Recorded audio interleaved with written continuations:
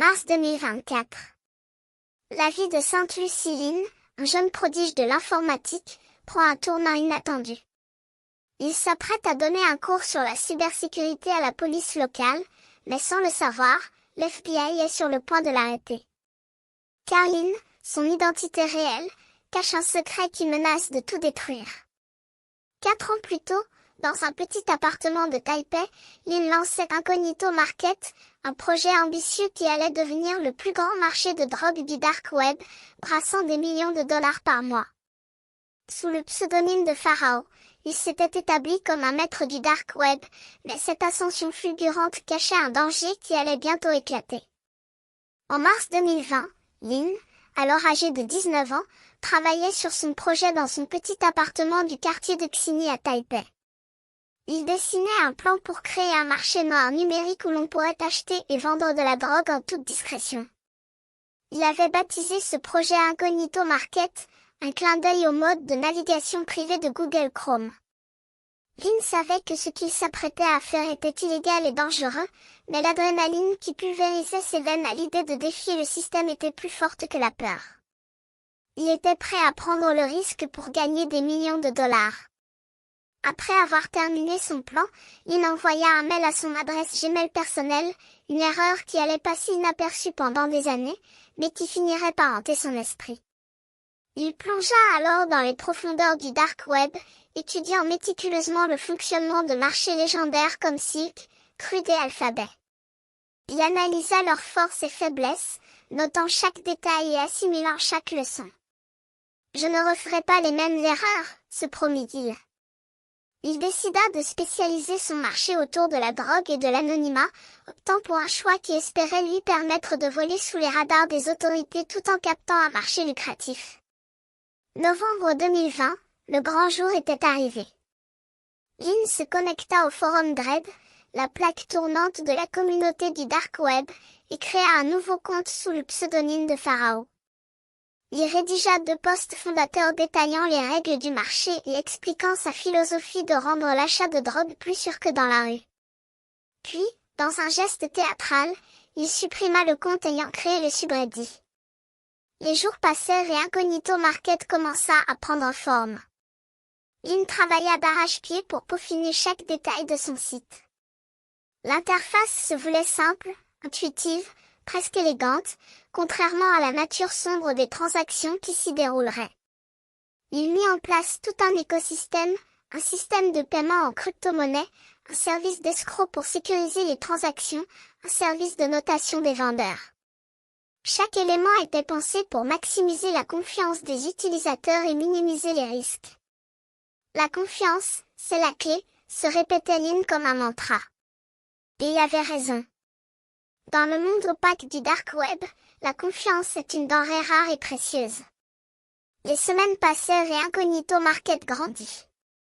Lin adopta une stratégie proactive, répondant aux questions, sollicitant des feedbacks, implémentant des mises à jour presque mensuelles. Cette réactivité fut appréciée par la communauté qui vit en lui un administrateur dévoué et à l'écoute. Mais l'un va plus loin. Il mit en place un système de gestion des litiges particulièrement efficace. Chaque plainte était traitée avec sérieux, chaque problème résolu avec équité. Cette approche lui vaut rapidement une réputation de fiabilité. Le 5 avril 2022, la chute d'Hydrarket, le plus grand marché illégal au monde, changea le cours des choses.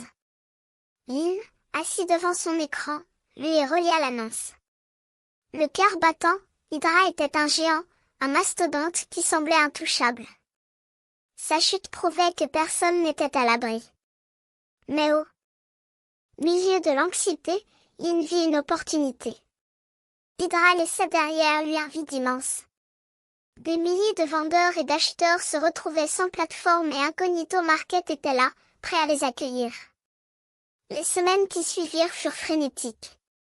L'afflux de nouveaux utilisateurs fut tel que Lin dut travailler jour et nuit pour maintenir l'infrastructure du site. Mais les résultats étaient là.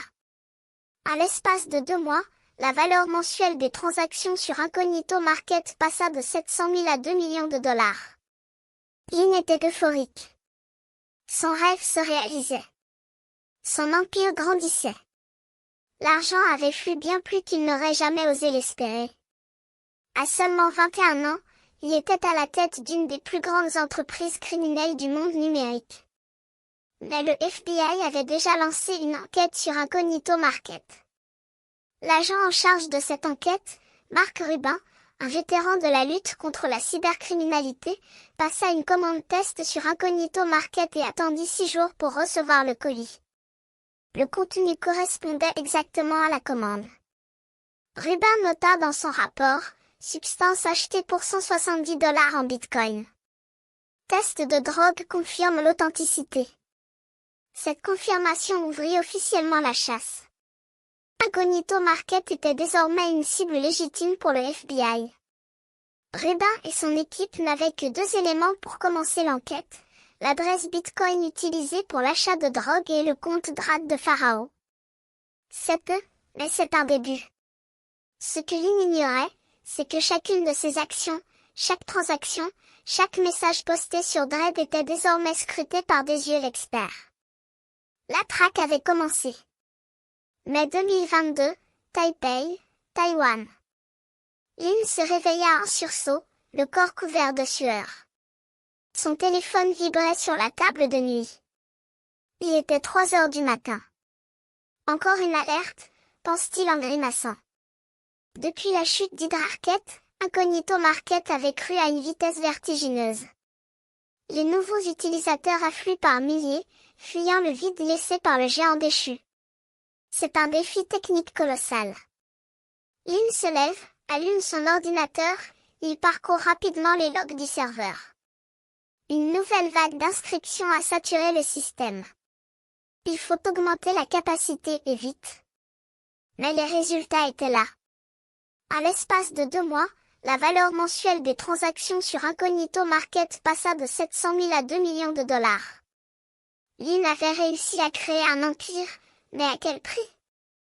Dans le monde sombre et obscur du Dark Web, un nouveau nom émergeait, Incognito Market, créé par un mystérieux vendeur connu sous le nom de Pharao.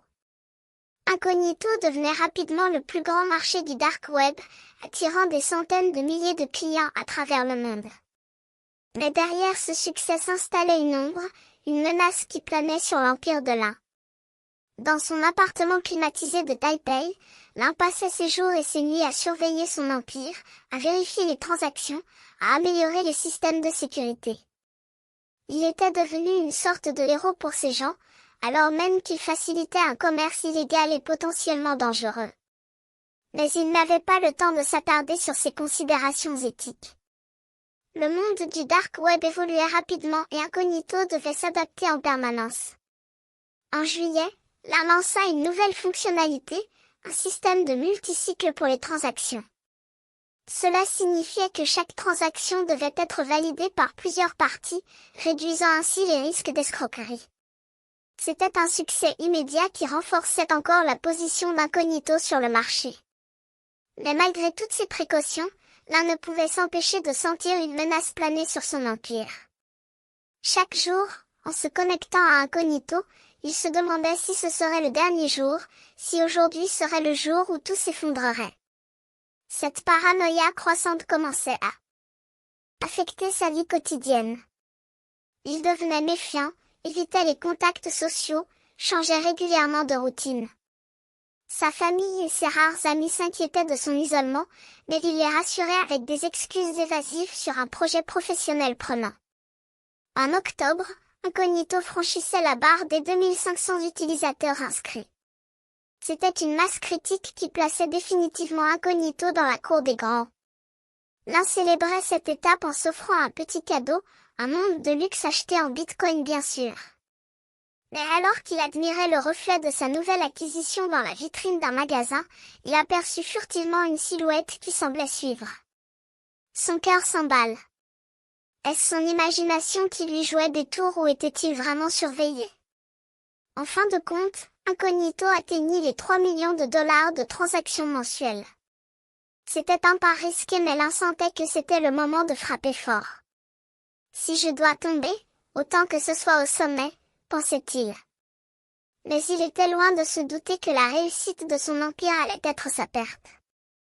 Dans les bureaux du FBI à Washington, l'agent Mark Rubin et son équipe étaient en train de resserrer leur étau. Ils avaient passé des mois à rassembler des preuves, à suivre des pistes, à décortiquer chaque transaction d'incognito et ils étaient sur le point de faire une découverte qui allait changer tout. Et ainsi, la chasse à l'homme commença. L'un, le mystérieux pharaon, qui avait créé un empire de la nuit, allait devoir affronter la lumière du jour. Le compte Name, alias de L, était également enregistré sous le nom de L. Ce site personnel était en réalité le CV en ligne de Link, l'administrateur de Incognito Market. Cette série d'erreurs de la part de l'FBI était tout ce dont ils avaient besoin pour lancer une enquête approfondie sur l'un, ses emails, ses comptes de médias sociaux, son domaine, ainsi que toutes les activités en ligne liées à l'un est désormais sous surveillance. Pendant ce temps, à Taipei, il restait inconscient du danger. Il continuait à gérer incognito, ignorant que chaque action était désormais scrutée par le FBI. Un matin de juillet, alors que l'un préparait son café, son téléphone se mit à vibrer. Les serveurs d'incognito étaient down. Le site était inaccessible. Paniqué, l'un se précipita sous son ordinateur, cherchant frénétiquement une solution. Mais dans sa hâte, il commettra une nouvelle erreur fatale. Il resta connecté à son compte Gmail personnel. Ce qu'il ignorait, c'est que la panne d'incognito n'était pas due à un bug. Le FBI avait localisé et compromis les serveurs du site. Les enquêteurs avaient remonté la piste d'un revendeur de serveurs qui se vantait de fournir des services au marché du dark web. Les documents de l'enquête mentionnaient que ce revendeur était étranger, probablement d'Europe de l'Est ou de Russie, mais les serveurs appartenaient à une entreprise non nommée, probablement européenne, qui avait coopéré avec le FBI. Une fois les serveurs d'incognito entre leurs mains, les enquêteurs purent copier toutes les données du site. Adresse Bitcoin, informations sur les vendeurs et les acheteurs, tout y était. Mais le pire était encore à venir pour lui. Alors qu'il cherchait désespérément une solution à la panne, le FBI surveillait en temps réel ses recherches Google grâce à l'accès qu'ils avaient obtenu à son compte Gmail. Cette surveillance en direct leur permit de confirmer définitivement que lui était bien l'administrateur d'incognito. Chaque recherche, chaque tentative de résoudre le problème était une preuve supplémentaire de sa culpabilité. Mais le coup de grâce venait d'un email qu'il avait complètement oublié. En fouillant dans sa boîte de réception, les enquêteurs tombèrent sur un message datant du 12 mars 2020. L'un s'était envoyé à lui-même un diagramme détaillant le fonctionnement d'incognito. Ce diagramme combiné à toutes les autres preuves accumulées ne laissait plus aucun doute. L'Iran était bien Pharaon, l'administrateur d'Incognito Market. À ce stade, le FBI avait suffisamment de preuves pour lancer une opération d'arrestation. Mais il y avait un problème. Il était à Taipei, un pays avec lequel les États-Unis n'avaient pas de traité d'extradition. De plus, les enquêteurs découvraient que Lin avait des connexions avec le gouvernement taïwanais. Ces liens compliquaient encore davantage toute tentative d'arrestation sur le sol taïwanisé. Ils avaient identifié l'un des plus grands cybercriminels du moment, mais ne pouvaient pas l'appréhender. Ils décidèrent donc de continuer leur surveillance, attendant le moment opportun pour frapper. Pendant ce temps, il parvint finalement à remettre Incognito en ligne. Il poussa un soupir de soulagement, pensant avoir évité le pire, mais ce qu'il ne savait pas, c'est que le FBI avait déjà toutes les données du site. Les semaines qui suivirent furent tendues pour lui. Il sentait que quelque chose ne allait pas, mais ne parvenait pas à mettre le doigt dessus. Il redouble de prudence, changeait régulièrement ses habitudes en ligne, mais c'était trop tard. En août 2023, une nouvelle menace apparut pour lui. Un groupe de hackers et de fraudeurs avait repéré son profil sur Twitter, où il postait régulièrement l'état général des crypto-monnaies. Ces posts destinés à maintenir sa couverture de simples développeurs crypto allaient se retourner contre lui. Les hackers attirés par ses vantardises sur ses traits réussis et son statut VIP sur Binance décidèrent qu'il était une cible de choix. Ils élaborèrent un plan sophistiqué créant une fausse entreprise autour d'un projet appelé XA. Un logiciel de réunion similaire à Zoom, mais avec une fonction de traduction en temps réel. Ils se préparaient à tendre un piège à Li. Leur objectif était de télécharger à Li une application malveillante qui infecterait son système et viderait tous ses comptes liés aux crypto-monnaies pour rendre leur arnaque crédible. Ils allèrent jusqu'à voler les identifiants d'employés de Fabric Vici, un fonds de capital risque crypto bien connu. Il contacta ensuite Li, prétendant vouloir investir dans l'un de ses projets.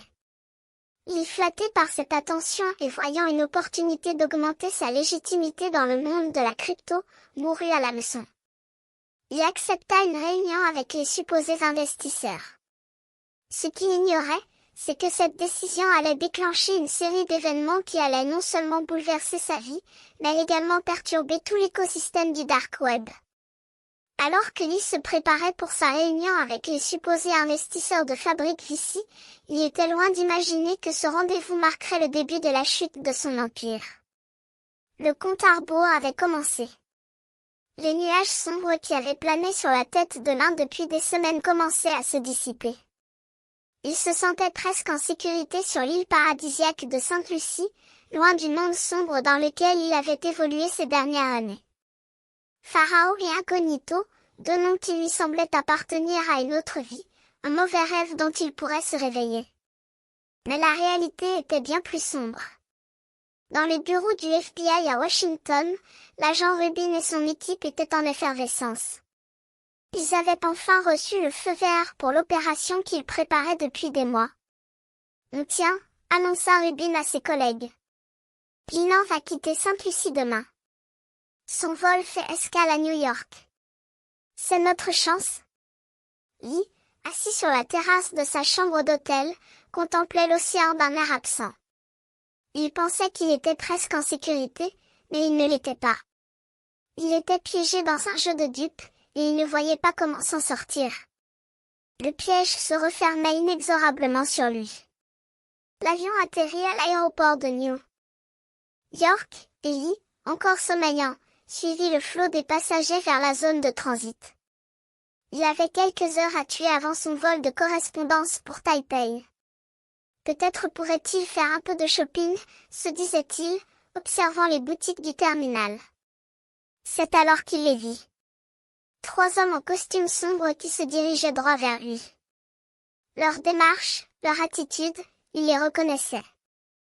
Le cœur de l'un manqua un battement. Monsieur Rand demanda à l'un des hommes en montrant son badge FBI, « Veuillez nous suivre, s'il vous plaît. » Il suivit les agents, conscient que chaque pas le rapprochait un peu plus de sa liberté. Il pensait qu'il allait réussir à fuir, à cacher son identité, mais il se trompait. Le piège était trop serré. Il fut conduit dans une petite salle d'interrogatoire de l'aéroport. L'agent Rubin était là, un dossier était devant lui. Laurent, commença-t-il? Ou devrais-je dire Pharaon? Il ferma les yeux, vaincu. Toutes ses erreurs, toutes ses négligences lui revinrent en mémoire. Le diagramme envoyé à son Gmail personnel, l'utilisation d'Admin Wallet 1 pour des achats personnels, ses plaintes sur Dread. Chaque petit faux pas avait contribué à tisser la toile dans laquelle il était maintenant pris. Les jours qui suivirent, l'arrestation de l'un fit la une des journaux du monde entier. Le baron de la drogue du dark web arrêté, la chute de Pharaon, Incognito, l'empire s'effondre. Chaque titre était un coup de poignard pour lui. Il fut enfermé dans une cellule du centre de détention métropolitain de New York. Ses parents à Taipei étaient dévastés. Eux qui étaient si fiers de leur fils prodige découvraient avec horreur la double vie qu'il menait. Pendant ce temps, sur le dark web, c'était la panique. La chute d'Incognito et l'arrestation de son créateur provoquaient une nombre de chocs dans tout l'écosystème. Ses vendeurs disparaissaient, des acheteurs cherchaient de nouvelles plateformes. L'économie souterraine de la drogue était en plein chaos. Il réalisa que son histoire ne se terminait pas avec son arrestation. Au contraire, c'était que le début d'un long processus judiciaire qui exposera au grand jour tous les recoins sombres du monde qu'il avait construit. Le procès fut long et pénible. Il fut accusé de crimes graves, et le jury déclara l'accusé coupable de tous les chefs d'accusation. Le juge le condamna à 25 ans de prison fédérale. Un murmure parcourut la salle.